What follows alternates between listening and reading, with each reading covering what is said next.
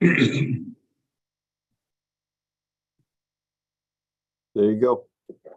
All right, excellent. Thanks very much, Chris. All right, I'd like to call to order the Finance Committee meeting of Tuesday, April 25th. It is 1:02 p.m. and we are live on a digital platform. Present, we have Eric Biter, Randy Allison, and Liz Mealy from the Finance Committee of City Council, as well as Bonnie Katz from the full body of City Council. We also have a very limited group today. Chris Black from IT, who's obliged to be here. Janice Frank from the City Clerk's office, who's also kind of obliged to be here. Hi, Janice. Peg Woodring from the Controller's office, and Derek Slaughter, the mayor. We have 3 items on our agenda today, but the first item is 2 reappointments to the Redevelopment Authority, and neither of those reappointments were able to attend today.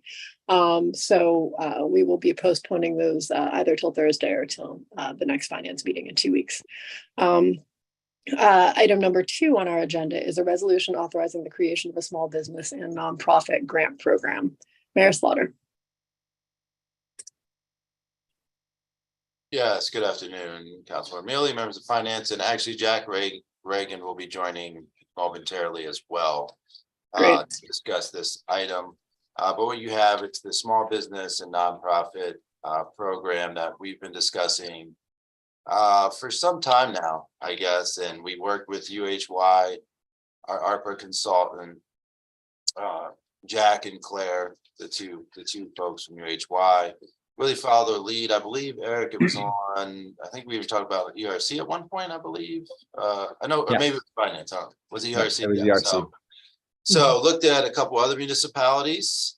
There's Jack's is with us now. So we looked at a few other municipalities here in Pennsylvania, and the way they were doing it, reviewed those, and then obviously developed it. Sort of the general format, and I'll let Jack speak a little more to the technicalities, but we'll have the application process. Clearly it'll be on the website. It will put it out various places. They apply. UHY will sort of do that initial filtering to make sure they check all of the guidelines to meet federal requirements, ARPA, et cetera, for the small business program. Then those businesses or nonprofits that meet that initial filter and get through will then come to, the administration and city council for our review and then advance. And Jack has spoke to this before, but making sure that we allow the full time frame to process before we, make any decisions. That way, we could obviously get a really good application the last day, for example, that we would like to fund. So making sure we don't, in theory, use up all of the money at the very beginning and don't give the other businesses or nonprofits a chance to apply. So really utilizing the full time frame to accept applications and not cutting that off. Got it. Derek, what is the full time frame? Jack, what did we do? 60 days, I believe it was. I think we were doing 60. I mean, it can run. There's nothing in statute that says how long it has to be or how short it has to be, but a 30 to 60 day window is, I think, pretty fair.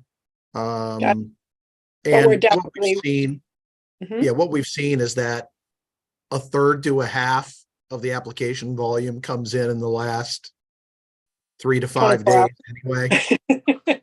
Yeah. Just a couple of things around that we've seen that are lessons learned is we will stay on top of the application process through that window so that we try to resolve any incomplete applications. We will get a lot of times where someone will submit the form, but they won't submit their additional information, whether it's evidence of licensure or certificate of good standing, that sort of thing, or informational tax returns, that sort of stuff. We try to make sure that within that 60-day window, there is a complete package that is obtained. So we'll go back and forth at least once or twice with the applicant to make sure that they've completed that application. And then as the mayor indicated, and as I indicated as well, there will be people that will give you a sob story on day 61. And we have to hold the line and say, you know, that's not fair to anybody else that's out there. If you did not get yours in on time and they did. So we just have to stand very firm. And that's why I like a 45 to 60 day window. That just seems a little bit more fair. And, you know, as the mayor indicated, the last thing I'll say is not adjudicating any of the applications until the entire application period runs, so that there's not a race to the front of the queue to get the money before the money runs out. I think is a way of making sure that all of the organizations, whether they're businesses or nonprofits, are treated equitably through the evaluation process. Got it. So a couple other questions then related to that.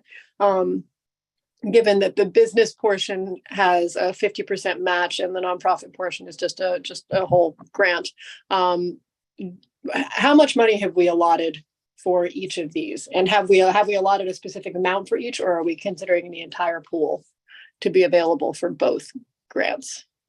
Do you know what I'm saying? Yeah, I know what you're saying. We allotted $1 million total for the whole thing, and we hadn't, at least to this point, we haven't said, you know, it'd be 500,000, 500,000. The way I was thinking about it, and it's open for discussion, is we see what applications come in, both business and nonprofit, and go from there. You know, I don't think, you know, at least, and I'm not saying this how council, everyone thinks it should be, Jack, but you know, if the applications are really good, we get $700,000 of nonprofit and 300 of business that we want to fund, you know, that we aren't really tying our hands to one or the other. That it's just, we review the applications as a whole and then move forward with the ones that we think meet the criteria and the ones that are best to fund. But Jack, I'll defer to you as well, what you've seen. No, that's spot on. I mean, I've seen it both ways, where there's a set amount of funding. And then I've seen it where let's leave the allocation mix sort of open, so that we see what we get in. And, you know, it may be that some of the nonprofit applications programmatically are more strategically important to the city. So, you know, that's where some of the scoring and the judgment of the evaluators is going to be very critical in the process. Got it. And do we have that scoring structure already finished, or is that something that we're still working on? Because clearly, if we're talking about giving out, I mean, even if it's only $1 million, which is both a lot of money and not all that much money, we need to have a very good justification for why we're awarding to one entity and not another. So if we don't have the scoring structure and the committee set up that's going to review these applications, what's our timeline for putting that together? Yeah, I need to. I was going to say I need to review. I know we have scoring rubrics that we've used out there, and we can circulate a couple of those to the committee so that they can, you know, we'll provide it to the mayor, and mayor can circulate it so that you guys can come up with, hey, here's the way we want to do it for our community. Got it. Yeah, I guess part of the question is this primarily, I'm assuming this won't be a UHY decision, but it also would strike me as being valuable for UHY to have at least 1 or 2 votes in the process. Especially I want to make it very clear. We don't vote on anything. Okay. Right. So we're not saying yes or no to any of these. That's a policy decision. What we will tell you is that the information that's presented to the committee is a complete package, that the entity that has applied has met all of the eligibility criteria that have been outlined, and that their intended use for these funds is allowable under ARPA.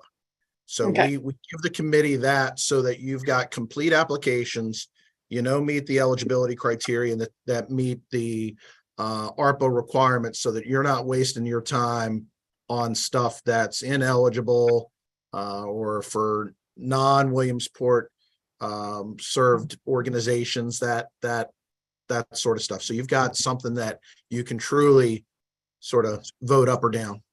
Got it. All right, and then, well, I kind of interrupted the whole spiel to begin with. Is there anything else that you guys wanted to say about the whole operation in general? Should I open it up to questions from Randy and Eric? Because I kind of jumped in and started asking a bunch of questions in the middle. Anything else, guys? No, I mean, Okay. I think that's the process, you know, and what I again want to assure the committee who's evaluating this, I want you guys to not have to waste time on incomplete or ineligible or unallowable applications. And that's where we'll do the interference with the businesses and the nonprofits. If we need additional information, you know, we will go back to them to try and get that clarifying information. So that you've got a complete and accurate package. And, you know, the only other thing I'd add that we've seen that has worked as you're going through the evaluation process, and we can talk about this more in detail at the end, but, you know, what will end up happening with the committee, everybody will go back, sort of do their own scoring. And I'm pretty simple. You know, we'll have the scoring rubric, but generally they're going to fall to me into a green, yellow, red. You know, greens, you're going to look at them, you're going to see the scoring, you're going to want to approve them. Reds, you're going to look at the application, you're going to see the scoring, you're like, yeah, there's no way that's going to make it. And then there are these yellows that sit in the middle, and we can chase more information for the committee based on your guidance to us to go back to the applicant. We have seen in other localities where for those that fall in that yellow area, the committee may want the applicant to come in and personally sort of state their case if you need some more information in that regard. But the committees I've worked with have spent time sort of haggling over the yellows to try and push them up into greens or down into reds. Got it. And there's no obligation on our part to allow all of the applicants the same right to speak to the committee, correct? We can do that with however you want. However you want.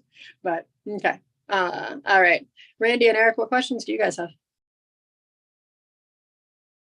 And Eric, do you want to tell us what anything about the process this has gone through an ERC?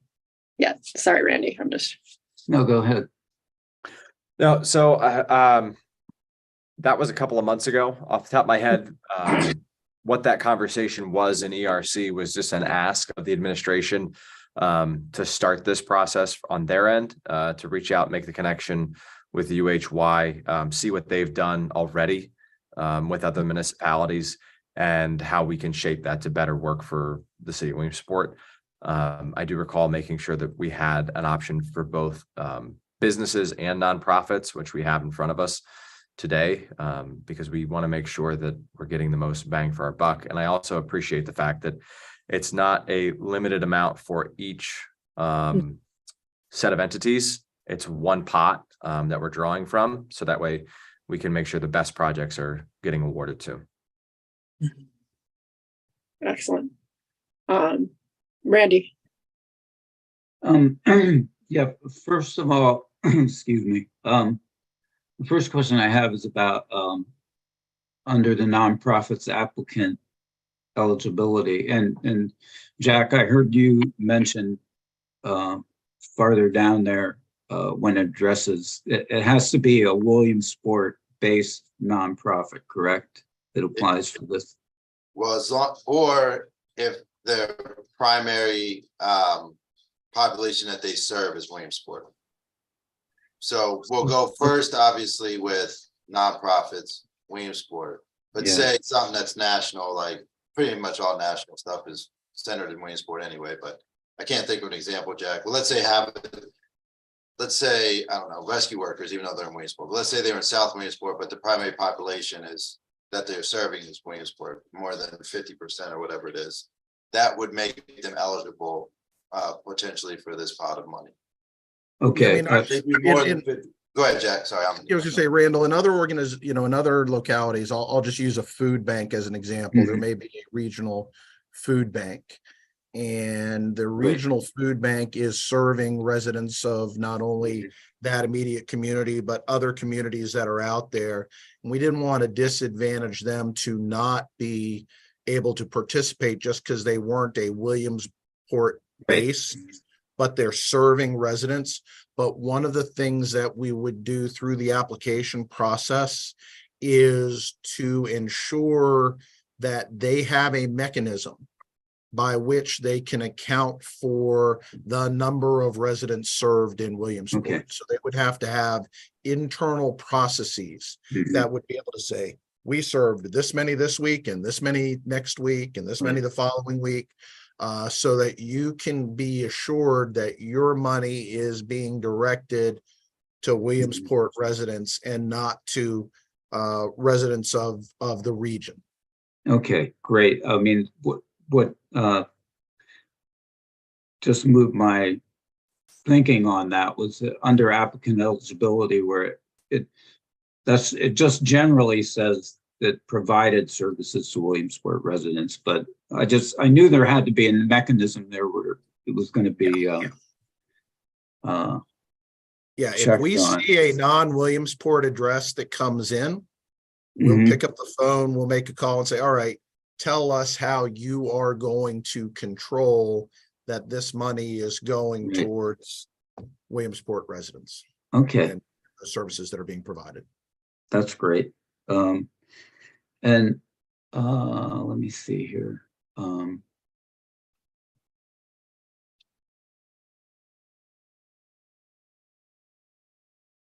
Yeah, had a couple notes here.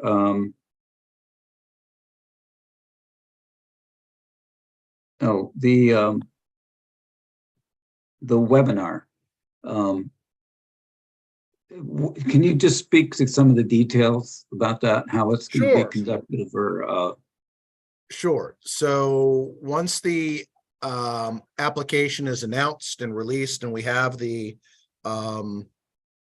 application period open, we host a webinar where we will go through the application process itself and demonstrate the portal.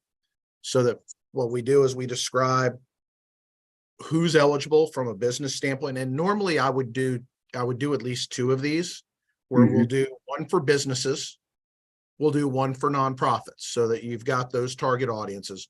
We'll record both of them so that folks can access them afterwards if they weren't able to attend live. During that webinar, we will present what the application criteria are so that folks know who is eligible and who is not. We'll go through what is allowable use of expenditures and what is not in there. And then we will walk them through the portal that shows them, here is how you complete this. We will give them at the end sort of a cheat sheet of the documents that they need to prepare before they sit down to the portal and have that information readily available to them. One of the big things that they're going to need to get is what's called a unique entity identifier, or a UEI, because we have to have an acronym for everything.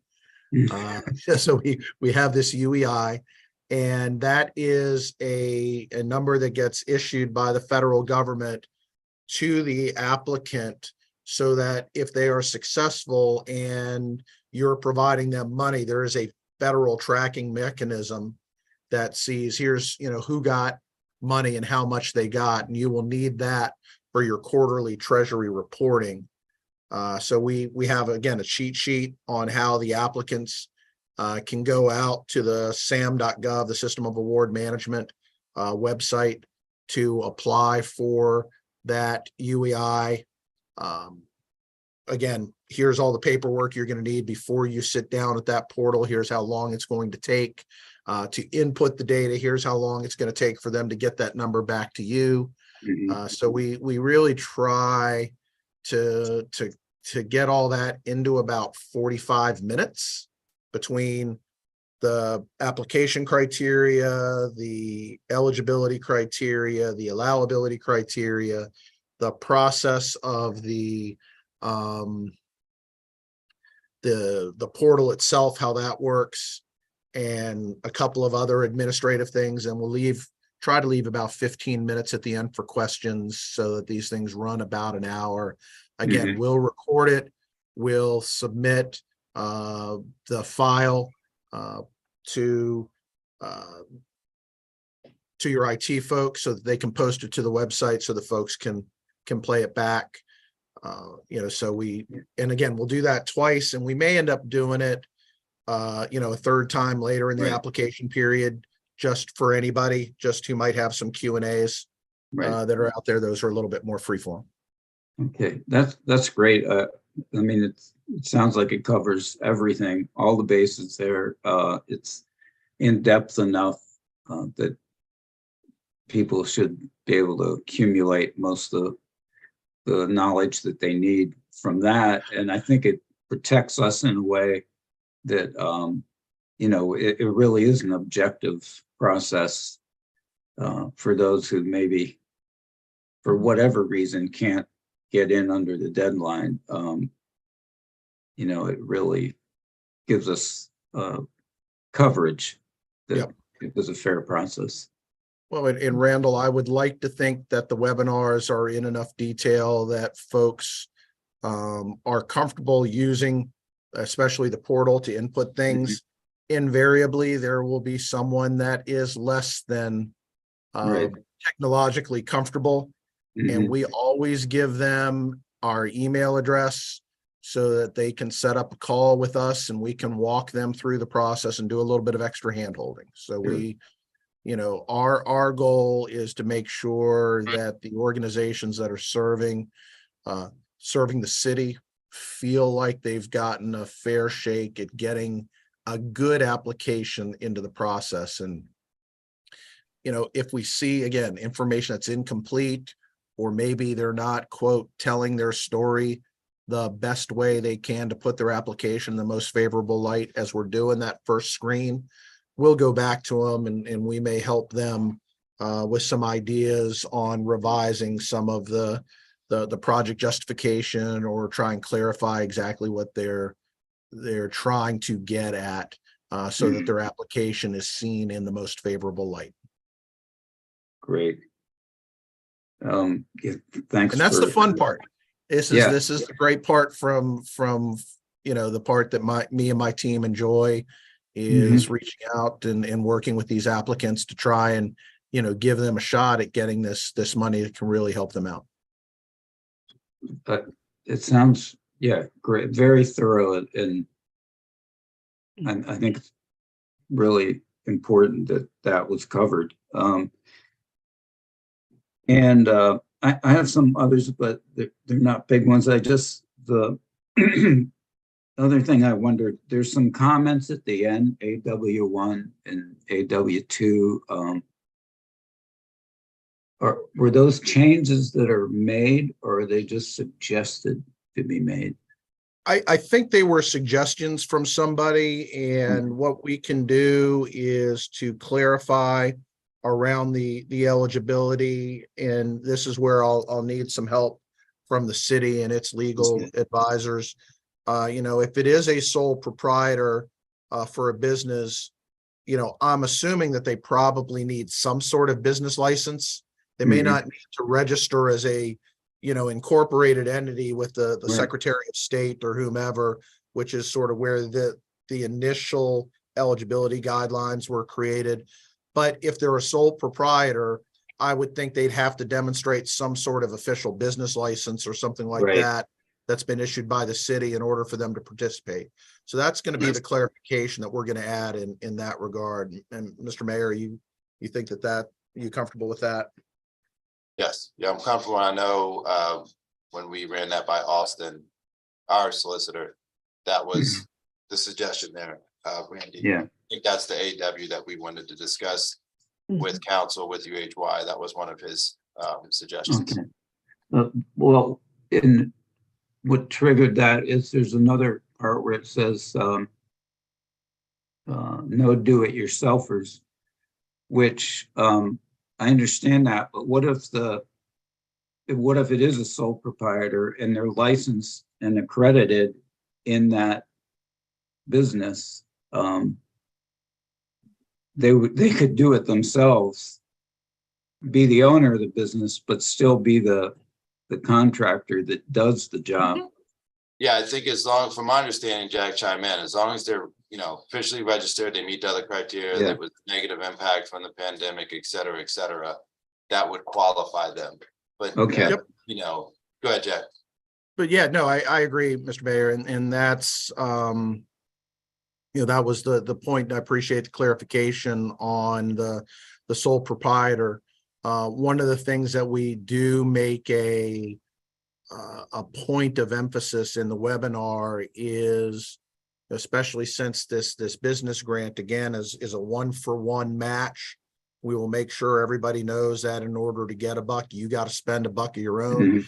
It Right. can be out of your own pocket. It could be another grant from somewhere else. Doesn't matter. You just got to come up with a buck to get this buck. Right. And the other thing is that if they do go out and need to buy stuff, that the Mhm. expectation is that they're going to do a little bit of due diligence to make sure that they're getting the best price for Mhm. what they need. So they're going to need to get some either verbal quotes or written quotes. They'll Right. need to maintain that documentation to demonstrate that, they did their due diligence, because all of those federal provisions around purchasing of goods and services follow that money. So in much the same way that you have to do those sort of things, the fact that you're giving somebody else federal money, they've got to follow those requirements too. And what Mhm. will happen is some of those sole proprietors, my experience has been, they may self-select out because they want to go to a specific person to get some good or service done. And when we tell them, no, you got to shop it around a little bit to see who's going to be the best option. Sometimes they'll say thanks, but no thanks. Okay. But your money, your rules. Yeah, right. Exactly. Okay, that's all I have. Thank you. If I can follow up on Randy's line of questioning there, though.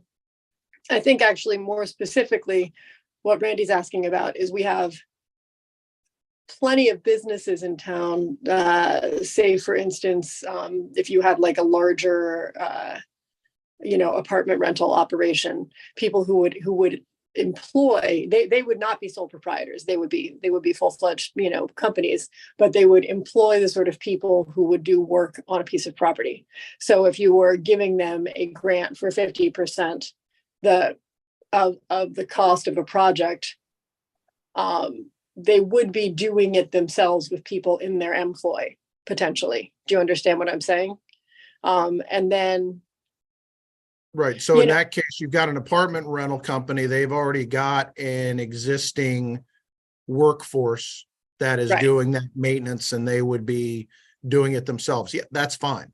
But if they outsource that maintenance, if they've got, an outside contractor, they would need to demonstrate that, they've gotten 2 or 3 bids really, to procure that service for the outside contractor. Got it. And I guess the other question is, or just point of clarification is, the grant cannot use the labor of their in-house construction crew, for instance, to match the money they're getting from the city? Or can Yeah, they they? could. Yeah. Okay. So if they, want to spend, if it's $100,000 project, they would have to demonstrate, here's $100,000 I spent on salaries. Please reimburse me for 50,000 of it. Okay, got it. Okay, so all of that actually does not exclude. Okay, Yep. Because I think there are a number of companies in the city, especially in the housing industry, that fit into that. And we just need to be very clear on what they can and can't do then by themselves. Well, and I would just point out there as well. I suspect that many of those companies don't have more than 60 employees, but for the businesses, we really did try to make sure that the money was going to small businesses in that regard. So that 60 employees is a ceiling. Right. And that I think is excellent. There certainly are a lot of grant funds, both not necessarily so much in the city, but certainly statewide and nationwide, available to larger entities that are a little harder to get for the small entities. So, Yep. So two other questions. One, once again, in reference to Austin's comments on this document. I too read the initial paragraph of applicant eligibility as not providing criteria for eligibility, but rather indicating the preferred entities for eligibility. Do you see what I mean? It's a little convoluted, but there's this whole businesses with operations in Williamsport, registered by the Commonwealth of Pennsylvania, in good standing and current on taxes, employing not more than 60 people, and having experienced a negative impact are encouraged to apply, rather than are the qualifying businesses. You know what I mean? Right. We can end it right after pandemic. Right. Well, I mean, then it's not a sentence technically, but I think it might actually be better to do applicant eligibility criteria and then bullet points. Yep. Might make it simple, Okay. right? We can do that. I guess the question and the negative impact from COVID-19, that is, we are firm on that, right? Like that. I think almost everybody experienced a negative impact from COVID-19, so we're probably not excluding that many people, but that is definitely one of the requirements for eligibility. That's not one of the encouraged criteria. Right. Correct? They'd have to demonstrate a negative economic impact. Got it. And consequently, because one of the things that I think that I maybe had envisioned with this funding pool was that we might be able to provide funding for newer businesses in the city, people who were struggling, I think, to establish their businesses post-COVID, but who hadn't necessarily hadn't been around during COVID. Correct. And I'm not saying that that's the direction we need to take this, but just from my perspective, that was the city needs to incentivize new small business. And I was hoping that we could partly use this funding for that. You can tell me whether or not that's a possibility.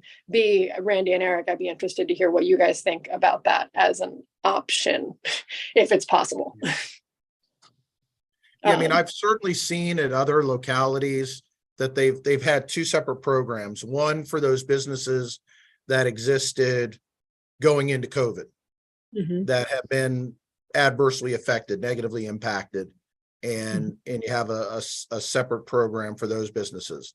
But there is certainly, it is allowable under ARPA for there to be sort of what I'll call business incubator expenses, like you've described. Here are some startups that are going on that meet some specific criteria that are laid out there. That, it's an allowable use of excuse me, it's allowable use of ARPA funds. So you could set up a program like that. I've generally not seen it commingled. I've seen them as two separate programs, and this one was geared towards the former and not the latter that we've been describing. Excellent. But so both are possible. So then absolutely. In that case, Randy and Eric, how do you feel about that component of a grant pool? Yeah, I think there's a case to be made for that. People that had things in motion and everything got disrupted then. I know personally of a couple people like that. And also, I mean, this is just, I would say, as somebody who has been in business at this point for quite a while, that I cannot fathom the idea of starting a new business in this economy right now. Do you know what I mean? Yeah. I mean, that would be terrifying. Just, like with prices for everything going up, like you get a quote this week, if you haven't jumped on it by the week after, then, everything's gone up by another 5%. So I guess what I'm saying is if we could remove at least a small barrier to establishing a small business in the city by trying to sort of soften some of the startup. Right. That would make sense to me. I mean, yeah, there are many things in the world that terrify me right now, but the idea of going into business myself is definitely one of them. Yeah. There's no scarcity of those kinds of.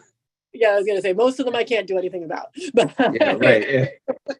But this one maybe. Yeah, I'm just putting that out there. I know that we need to have maybe a bit of an overarching conversation too about some of the unspoken for ARPA funding. Remind me, Jack, the sunset in March of 2024, we're required to have allocated all the funds by the end of 2024, correct? Yep. All the ARPA. So why the sunset in March of 2024?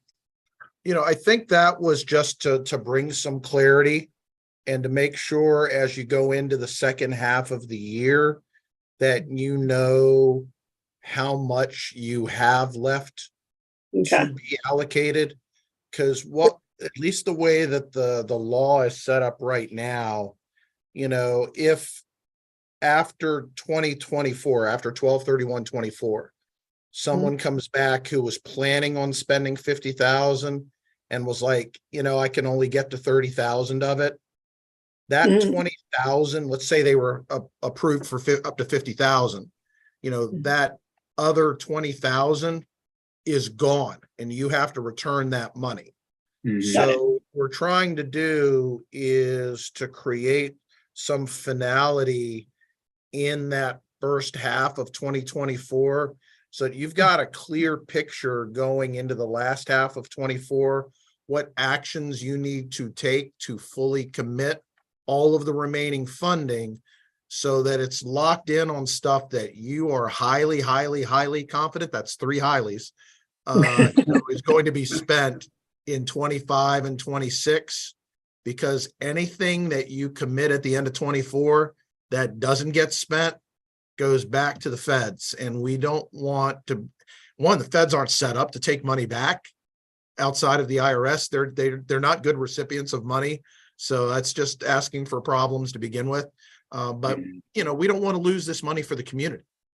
So, Right. a lot of what we will be talking about from here on out is that last nugget of money that's out there that's available, making sure that we've got good line of sight into how it's going to get spent and the firmness of that spending. And then anything that's been previously committed, we have that same line of sight into the firmness of that spending going into 24 and beyond as well.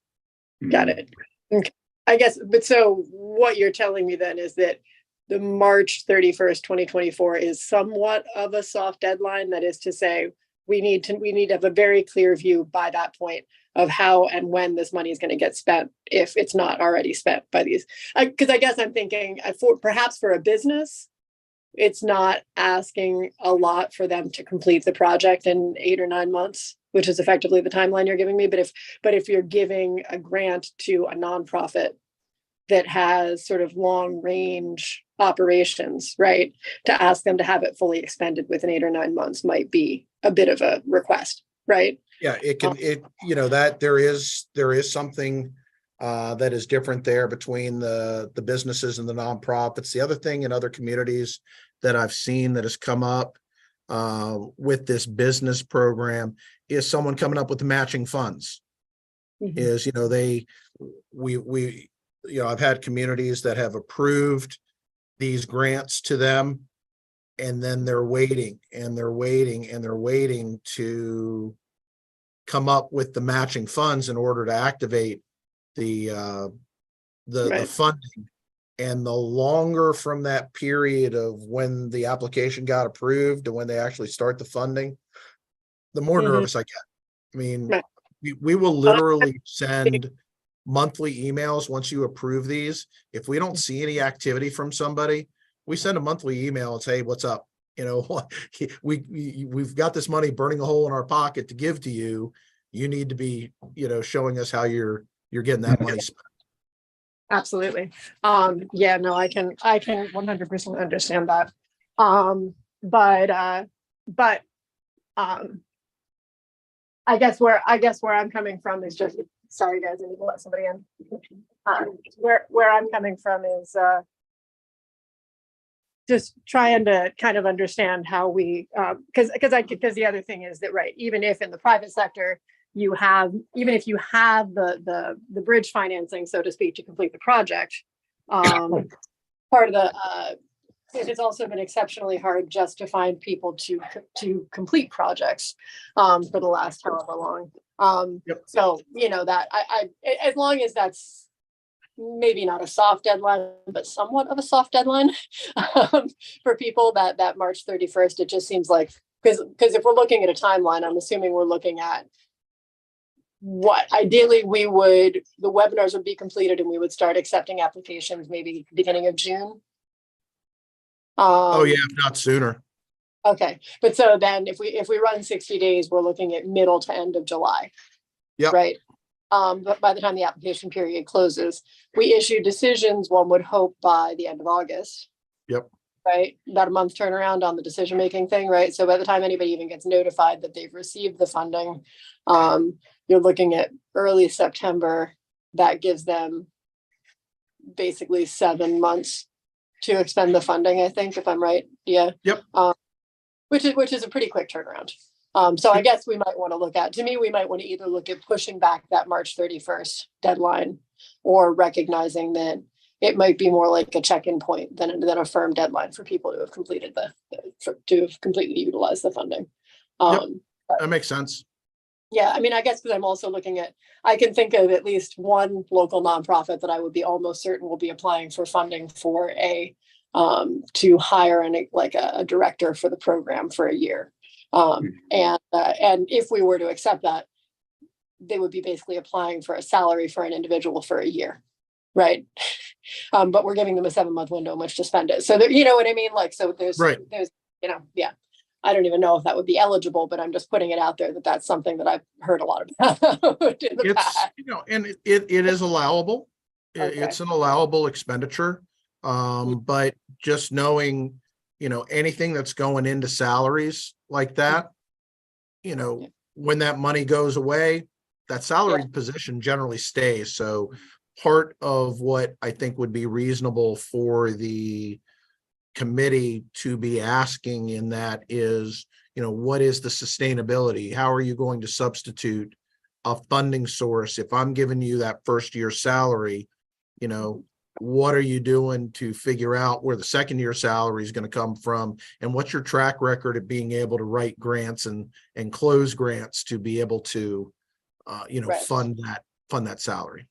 Oh yeah. I'm not saying that would necessarily qualify for a successful application, but I'm just saying that that is the one thing that one of the handful of people I know that I've been approached by more or less since the city received this funding, as something that people have been looking for, kind of a way to get an application started, so to speak. And so, just trying to wrap my head. We'll have that as a point of emphasis in the nonprofits webinar, where we'll say, guys, if you want to use this as seed money for positions, you're going to need to have something in the application that describes how you're going to get this to sustainability. Got it. I think that would be an excellent thing to have. All right, but yes, as a rule, obviously, several of us advocated for this, and I think that this is simply something that we owe to the community if we've received this kind of largesse, and my hope is partly that it will give us also a slightly broader picture of entities out there in the community that have the ability to utilize funding like this. That is to say, I guess I'm kind of hoping to learn more about maybe smaller nonprofits that we don't necessarily think of in our kind of global picture of the way things work and et cetera. This clearly presents some wonderful data points for engaging the community, and it tends to surface some entities that have not gotten some of the government funds in the past that are worthy of support. They may not get it this round, but at least you know who they are, what's going on with them, and can continue to engage them and present them with opportunities. Got it. So one last question then. What would it look like to add a third element to this grant cycle for new like entrepreneurial businesses, new startup businesses? And B, could UHY do that for us? Like, will we have to debut all three elements at the same time? They wouldn't be eligible, I don't believe, right, Jack? Well, I think that the question was, what would eligibility criteria look like? So that at least it could be considered. So we can certainly come up and certainly have some information on that we can provide to the mayor for distribution on Got that, it. so that if the council wanted to expand the program to take not only existing businesses, that were coming into the pandemic, that were damaged by the pandemic, nonprofits, but also newer businesses that are out there, we could lay out some eligibility criteria for what that would look like. And then, it'd be up to the mayor to propose it for the council to approve it, obviously, but we can certainly provide that information to the mayor. Got it. That'd be, I guess, probably the best thing to do, if Randy and Eric, if you can help remind me, is to make this part of the discussion on Thursday night, just to see if there is kind of a broad level of support for something like that. Mhm. But personally, I think that was always part of how I pictured any sort of business grant program was partly to spur additional businesses in the city, as much as to help businesses that have been impacted by the pandemic. And my other question is a question for you, Jack. The administration of this process, because it sounds like UHY is taking on a kind of a substantial workload here. What is that costing the city? I mean, that's part of the annual fee. Got So it. it's Okay. coming out of that. I can't Okay. remember off the top of my head what the not to exceed is. Got it. But so it's not like an additional contract that we're executing with you guys, or an additional fee setup that we're triggering. Okay. No, it's part of that's fantastic news. Thanks, Jack. part of the game. Yeah, I may not be the shrewdest negotiator in the world on these things, but that's And we part, really like that part of about what we you. need. And like I said earlier, it's one of the more enjoyable aspects of the work that we're doing, because we can work with these businesses and these nonprofits that can use the help, that are running worthy businesses, worthy programs, and really help them shape something that can help transform their organization. So it's pretty cool. That's awesome. Yeah, I mean, no, that this is actually incredibly exciting to me as a prospect for the city. So great. Okay, then we will, I guess we'll sort of take the whole concept of maybe an entrepreneurial business grant to council, and then if that seems like something that the majority of council is interested in moving forward with, we'll ask the mayor to look at that with you and see how feasible it is. But you say it has happened elsewhere, so theoretically there's a way to accomplish it. Okay. Yep. All right, great. Any other questions, guys? I just want to make sure that there's a comprehensive plan after this gets approved for business owners and nonprofits to know about this. I'd like us to see, maybe we use 2 nights out of 2 weeks time, set up some places within the community, the WEC Center, things like that, where we can have businesses come for information. They can get these forms. We can ask questions if they want to, other than just using social media to get this out there for them.